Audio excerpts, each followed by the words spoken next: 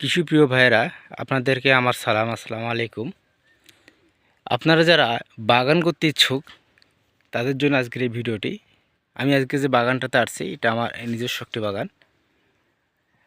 আপনারা দেখতে পাচ্ছেন কত বড় বাগানটি। আমি একটু বসে দেখাই। এই দেখেন, এই দিকটা দেখেন, এটা হচ্ছে আমার বাগানটা প্রস্থে এই সাইডটা প্রস্থ, আবার এই সাইডটা প্রস্থ। এই দিকে একটু সাইডে দেখা যাচ্ছে, আর এই দিকে দেখেন দেখা যাচ্ছে না প্রস্থ। আর দৈর্ঘ্যের তো হিসাবে নাই। এই যেটা হচ্ছে এই সাইডটা হচ্ছে দৈর্ঘ্য। এটা চলতেই থাকলো অনেক দূর পর্যন্ত। আচ্ছা, আপনারা আমার সঙ্গে থাকুন। আমি ধীরে ধীরে বাগানের এই মাথা থেকে ওই মাথায় যাচ্ছি। তো এর ফাঁকে ফাঁকে আপনাদেরকে বলি, আপনারা যারা এইভাবে বাগান করতে চান, এতে বাগানের মুকুলগুলো দেখতে পাচ্ছেন। এই দিকের গাছগুলো একটু পরে লাগানো হয়েছে, ছোট গাছ। এই মাঝের গাছগুলো একটু ছোট। এই যে দেখেন কীরকম মুকুল আসছে, এক একটা করে মুকুল দেখেন। এমন কোনো মাথা নাই যেটাতে মুকুল নেই। আলহামদুলিল্লাহ, দেখেন কত সুন্দর মুকুল। দেখেন এই মুকুলগুলোতে এখন ফল চলে আসতেছে অলরেডি, ছোট ছোট ফল। আমার একটা করে মাথায় একটা দুটা করে ফল আসলেই যথেষ্ট, তাতে এই গাছ ফল নিতে পারবে না।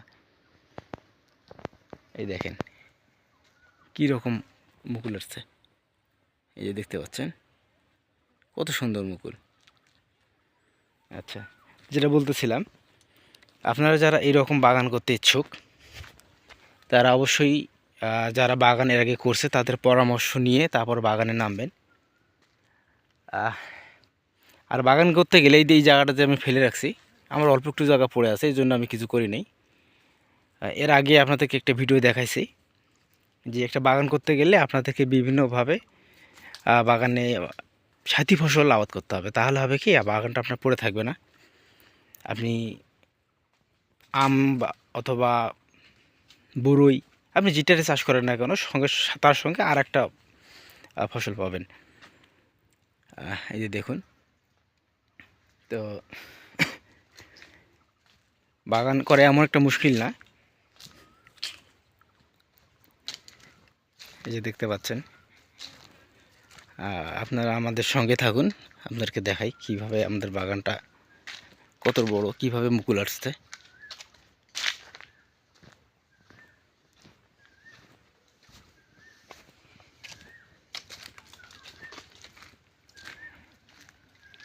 এই যে দেখেন, এই ডালটা দেখেন, এটার মাথা নেই ডালটার।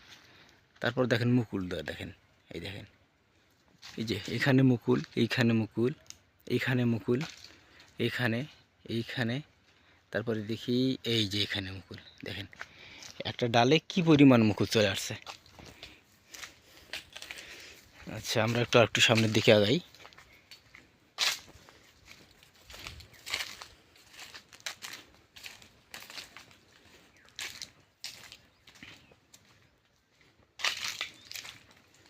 আচ্ছা, এর ফাঁকে বলে রাখি, আপনারা যারা বাগান করবেন অবশ্যই বাগান করার আগে ভালো মানের চারাটা দেখে ক্রয় করবেন। কারণ একটা বাগান করতে গেলে ভালো চারা অবশ্যই জরুরি। একটা জাতের বিভিন্ন ভ্যারাইটি থাকে। ধরেন আপনি হাড়িভাঙ্গা কিনছেন, হাড়িভাঙ্গার গাছ, দেখবেন যে কিছু কিছু হাড়িভাঙ্গার আম ছোটো হচ্ছে, কিছু বড় হচ্ছে, কিছু মাঝারি হচ্ছে। আপনি যে আমটা বড়, ওই আমটা সিলেক্ট করবেন এবং মিষ্টি কিনে এটা যাচাই করে নেবেন। আপনারা যারা বর্তমানে আম করতে ইচ্ছুক, দেখবেন যে আপনাদের এলাকায় বা ওই সময়ে বাজারে কোন আমটার চাহিদা সবচেয়ে বেশি, যে আমটার চাহিদাটা বেশি ওই আমটা লাগাবেন। সবচেয়ে ভালো হয় নতুন জাতের আম লাগানো।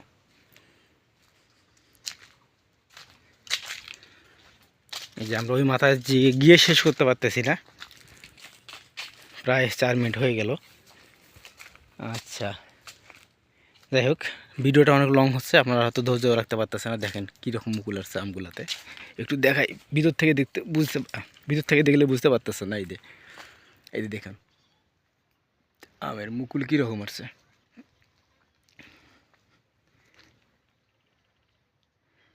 আচ্ছা, ঠিক আছে। আজকে যারা আপনারা ভিডিওটা দেখলেন, দেখে যদি আপনাদের কোনো পরামর্শ দেওয়ার থাকে আমাদের, বা আমাদের কাছ থেকে যদি কোনো পরামর্শ নেওয়ার থাকে, তাহলে আমাদেরকে কমেন্ট করবেন অথবা ইমেল করবেন। আজকে এ পর্যন্তই। আল্লাহ হাফেজ।